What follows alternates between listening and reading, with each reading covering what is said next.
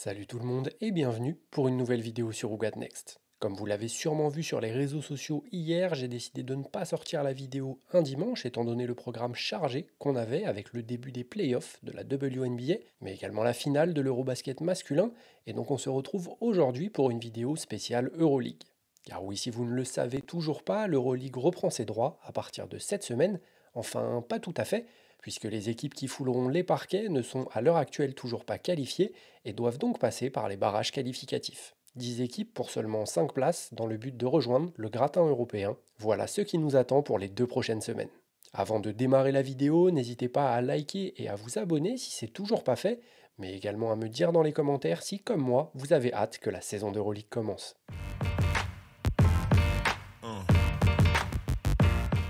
Comme je vous le disais en intro, 10 équipes sont en lice pour rejoindre l'Euroleague, mais avant ça, il faudra passer par les barrages qualificatifs. Durant l'été, un tirage au sort a eu lieu pour déterminer les affiches de ces barrages, et on aura donc le droit à 5 matchs avec des équipes bien connues sur le circuit européen. La première affiche opposera Saragossa aux Zabini Brno, deux équipes qu'on a vues en Euroleague l'année dernière. La seconde affiche verra s'affronter le Reyer Venezia, qui était déjà en Euroleague la saison passée, à l'Étoile Rouge de Belgrade, qui a fait un recrutement très intéressant cet été. Le troisième match sera entre Galatasaray, qui a fait un énorme recrutement cet été, avec de très gros noms, on en reparlera un petit peu plus tard, à Sepsi, l'équipe roumaine qui aura vraiment le rôle d'un outsider. L'avant-dernière affiche opposera DVTK, qui misera sur la continuité, à l'équipe polonaise de Lublin, qui a fait un recrutement très intelligent lors de l'intersaison. Et enfin, la dernière affiche de ces barrages opposera Bourges, la seule équipe française concernée par les barrages qualificatifs, à l'équipe lituanienne de Vilnius, qui aura un coup à jouer lors de cette double confrontation. Dans la vidéo d'aujourd'hui, on va donc décrypter un petit peu les affiches de ces barrages qualificatifs, sans rentrer forcément dans les détails, étant donné que pour le moment, nous n'avons pas pu voir jouer ces équipes, étant pour la plupart encore en prépa, et ayant fortement modifié leurs effectifs lors de l'intersaison. Pour rappel, les équipes qui ne se qualifieront pas en Euroleague à l'issue de ces barrages se verront reversées en Eurocup, et donc l'aventure européenne continuera pour elles, même si évidemment elle n'aura pas la même saveur. Et pour débuter, allons-y dans l'ordre chronologique des matchs de la semaine, avec la première affiche qui opposera Venise à l'Étoile Rouge de Belgrade. Ce match aura lieu ce mercredi à 16h30 et se jouera en Serbie, étant donné que Venise est tête de série dans cette affiche et a donc gagné le droit de recevoir lors du match retour. Venise que l'on avait déjà vu la saison dernière en Euroleague, mais qui a cependant perdu quelques joueuses lors de l'été. Je pense notamment à Awak Couillère, qui était vraiment la leader offensive de cette équipe italienne, mais aussi Lisa Bercani ou encore Mathilde Villa, victime d'une rupture des ligaments croisés lors de la prépa avec l'Italie. Si la jeune meneuse est toujours dans l'effectif, elle ne devrait pas jouer ces 2 matchs qualificatifs pour l'Euroleague, et ça pourrait peser lourd pour l'équipe italienne. Cependant, l'équipe a bien recruté lors de l'intersaison avec les arrivées d'Ivana Dojkic, Francesca Pacha, Stéphanie Mavunga, Bernadette Attar ou encore Joyner Holmes et Kayla Charles. Pour la dernière joueuse que j'ai citée, Kayla Charles, on ne devrait cependant pas la voir lors de cette double confrontation, étant donné qu'elle est encore concernée par sa saison en WNBA. L'équipe pourra donc compter sur des nouvelles recrues qui connaissent très bien l'Euroleague, comme Stéphanie Mavunga, qui était à Valencia la saison dernière, ou encore Ivana Dojkic, qui avait un vrai rôle du côté de Skio, mais elle pourra aussi compter sur d'autres cadres de son effectif, tels que Lorella Kubai, qui a fait un réel chantier avec l'Italie lors de l'Eurobasket, ou encore des joueuses de devoir mais très talentueuses comme Francesca Pan ou Mariella Santucci. Face à elle se dressera l'Étoile Rouge de Belgrade, une équipe qui a eu un recrutement surprenant lors de l'été. En effet, le club serbe a fait venir la légende du coaching, Marina Malkovic, mais elle n'arrive pas toute seule puisque quelques gros noms rejoignent également l'effectif, tels que Yvonne Anderson, qu'elle a l'habitude de coacher avec la Serbie, ou encore Maxwella Lizo-Mbaka, l'international belge. Si l'effectif semble sur le papier beaucoup plus faible, attention tout de même car Marina Malkovic est une génie du coaching et pourrait bien réserver quelques surprises à l'équipe italienne. Malgré tout, avec une Yvonne Anderson vieillissante qui a déjà 35 ans maintenant et un effectif beaucoup moins profond, on a du mal à voir l'Étoile Rouge se qualifier pour l'Euroleague et serait certainement beaucoup plus à sa place du côté de l'Eurocup. De son côté, Venise devra tout de même assurer, malgré son statut de favorite, et être prudent à ne pas se faire surprendre lors du déplacement en Serbie pour le premier match, car on sait pertinemment que les ambiances en Serbie peuvent déstabiliser plus d'un joueur ou d'une joueuse. Avantage du côté de Venise donc qu'on devrait logiquement retrouver en Euroleague. seconde affiche de ces barrages opposera Galatasaray, qui veut réellement jouer un coup en Euroleague cette année, au club roumain de Sepsi. Le premier match de cette double confrontation se jouera mercredi à 18 h et aura lieu en Roumanie, Galatasaray est en tête de série dans cette affiche. Et je ne vais pas vous mentir, Sepsi n'est pas une équipe avec laquelle je suis particulièrement familier, car même si je regarde énormément de matchs de ligue assez obscurs, je ne m'aventure pas encore sur le championnat roumain, et l'équipe a également beaucoup changé depuis la saison dernière, étant donné que 6 nouvelles joueuses arrivent dans l'effectif. On ne va donc pas trop s'attarder sur cette équipe et plutôt parler de l'ogre de cette confrontation, l'équipe de Galatasaray, qui a réalisé un recrutement énorme lors de l'intersaison et qui compte bien jouer les troubles faites dans la plus grande ligue européenne.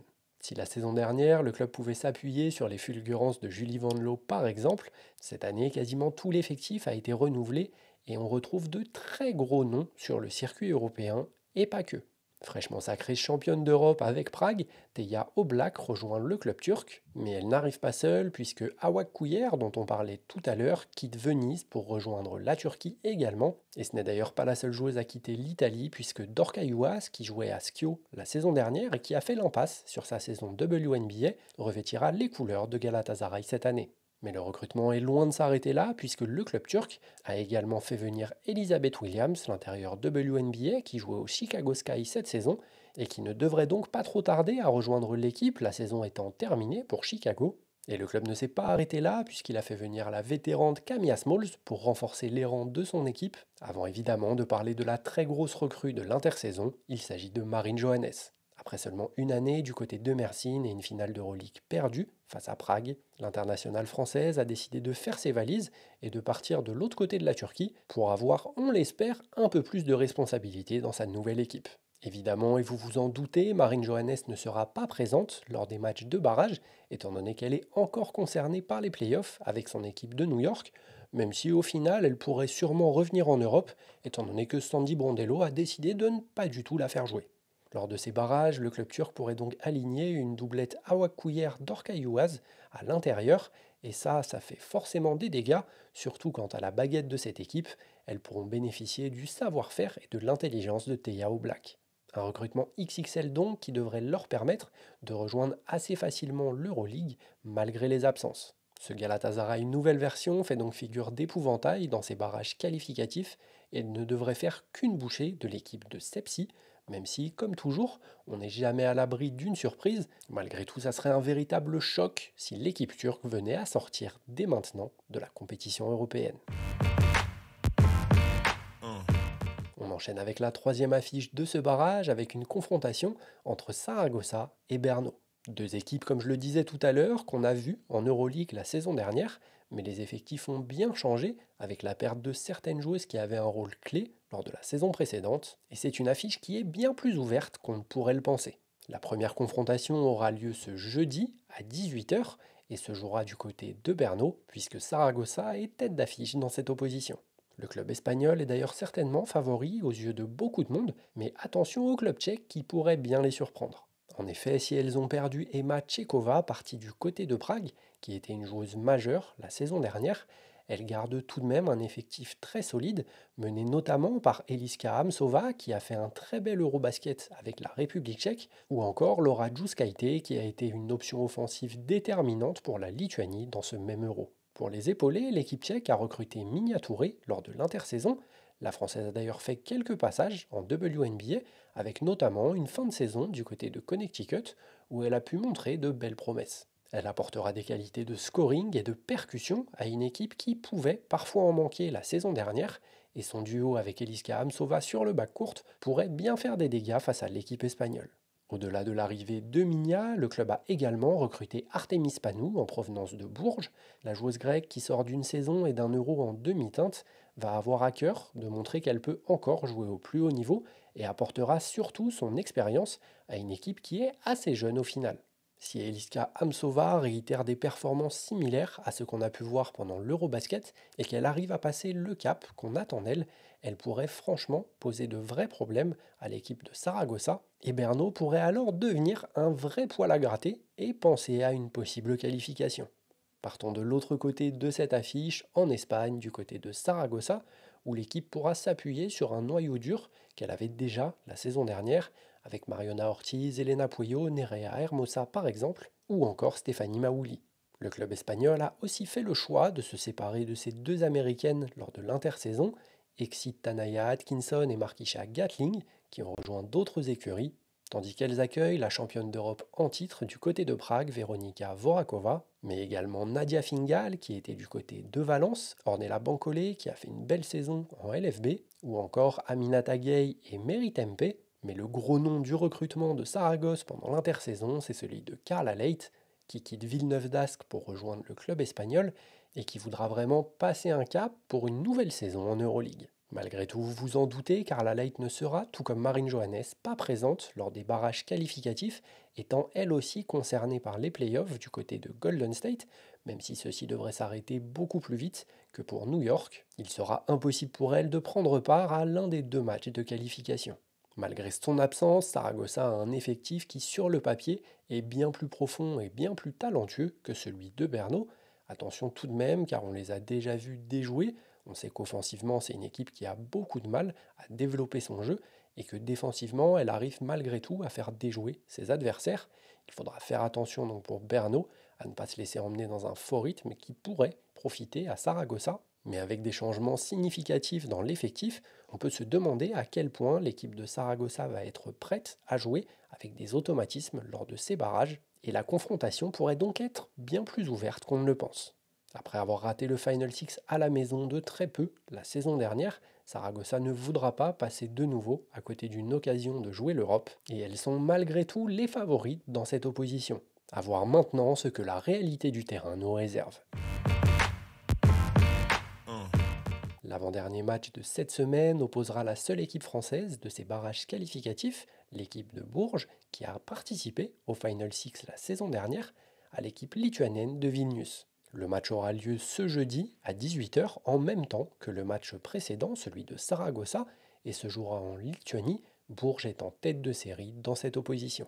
L'équipe lituanienne, tout comme Bourges d'ailleurs, a misé local pour son recrutement, avec les arrivées de Camille Nassikaite, passé par Bourges il y a 2 saisons, mais également Guédré Laboukiene ou encore Gabia Meskonaite. 3 joueuses qu'on a vues sous les couleurs de la Lituanie lors de l'Eurobasket cet été et qui pourraient donc causer quelques problèmes aux Berruyères. Malgré tout, l'équipe française est largement favorite dans cette confrontation, avec un très gros recrutement, même si la principale recrue de l'été pour Bourges ne sera pas là lors de cette double confrontation. Je parle évidemment de Monique Akua-Makani qui sort d'une excellente saison du côté de Charnay, mais également qui a été titulaire toute la saison du côté du Phoenix Mercury en WNBA et qui a montré d'excellentes choses à côté d'Alyssa Thomas. Le club berruyer s'est d'ailleurs mis d'accord avec la joueuse pour lui laisser un petit peu de repos avant son retour à la compétition, elle qui est d'ailleurs encore engagée en play-off avec Phoenix et a donc recruté Nancy Fora pour pallier à l'absence de sa nouvelle recrue.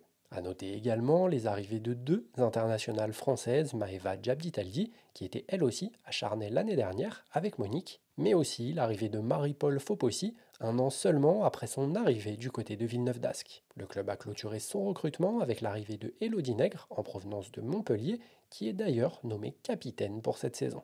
La perte de Pauline Astier, qui avait énormément de responsabilités la saison dernière, va évidemment causer un grand vide dans cet effectif, mais il y a quand même une certaine continuité, étant donné que Alix Duchesne, Ariata Diaby, Tima Pouille, Laetitia Guapo ou encore Inès Pitar-Granel seront toujours là pour cette saison. Autre nouvelle importante, Alicia Tournebise intègre bien le groupe pro et sera donc là pour cette double confrontation. S'il va comme très souvent manquer cruellement de shooting et de spacing du côté de Bourges, le secteur intérieur fait peur à voir pour les adversaires, avec une doublette Kariata Diaby, Maeva Djabditaldi sur le poste 5, avec Alicia Tournebis qui pourra apporter de précieuses minutes en rotation, et on devrait forcément voir une joueuse comme Tima Pouille avoir beaucoup plus de responsabilités offensives, surtout en l'absence de Monica Koamakani. Bourges vient de terminer sa préparation avec 3 victoires en 3 matchs et semble prête pour cette double confrontation. Attention tout de même à ne pas se faire surprendre. On sait que du côté de la Lituanie, les joueuses peuvent vite prendre feu et on peut vite se prendre une avalanche de 3 points dans une qualification qui va se jouer au goal average. Si Bourges semble bien évidemment favorite de cette affiche, il faudra tout de même faire attention et être sérieuse jusqu'au bout. On sait que ça a été un petit peu le péché mignon la saison dernière. capable de faire déjouer des très bonnes équipes comme Mersin, mais aussi de s'effondrer face à des équipes un petit peu plus faibles. Avantage donc du côté de Bourges, qui, si elles sont sérieuses, devraient pouvoir rejoindre l'Euroleague assez tranquillement. La dernière affiche de ces barrages qualificatifs opposera l'équipe hongroise de DVTK, habituée de l'Euroleague, à l'équipe polonaise de Lublin. Le premier match aura lieu ce jeudi à 19 h et est certainement l'affiche la moins alléchante des 5 oppositions qu'on aura le droit de voir cette semaine. Décevante la saison dernière en Euroleague, l'équipe hongroise de DVTK n'a pas forcément rassuré avec son recrutement. En effet, la seule internationale connue qui rejoint l'effectif est Paola Rinzo, l'Espagnole qui a fait un très bel Euro et qui termine vice-championne avec l'Espagne, va permettre de renforcer un petit peu le secteur intérieur et apporter ses qualités de shooting et de tir à mi-distance dans cette équipe.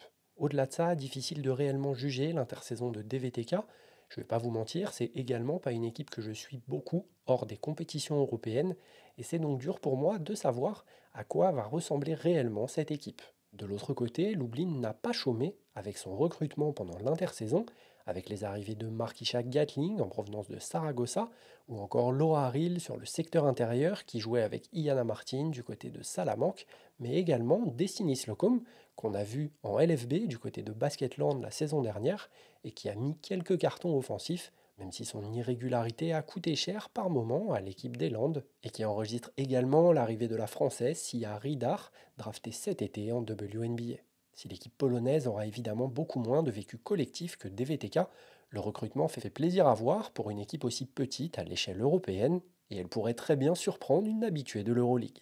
Souvent sous-estimée dans la plus grande compétition européenne, DVTK a déçu la saison dernière et aura à cœur de se rattraper. On ne sait donc pas trop comment va tourner cette match-up.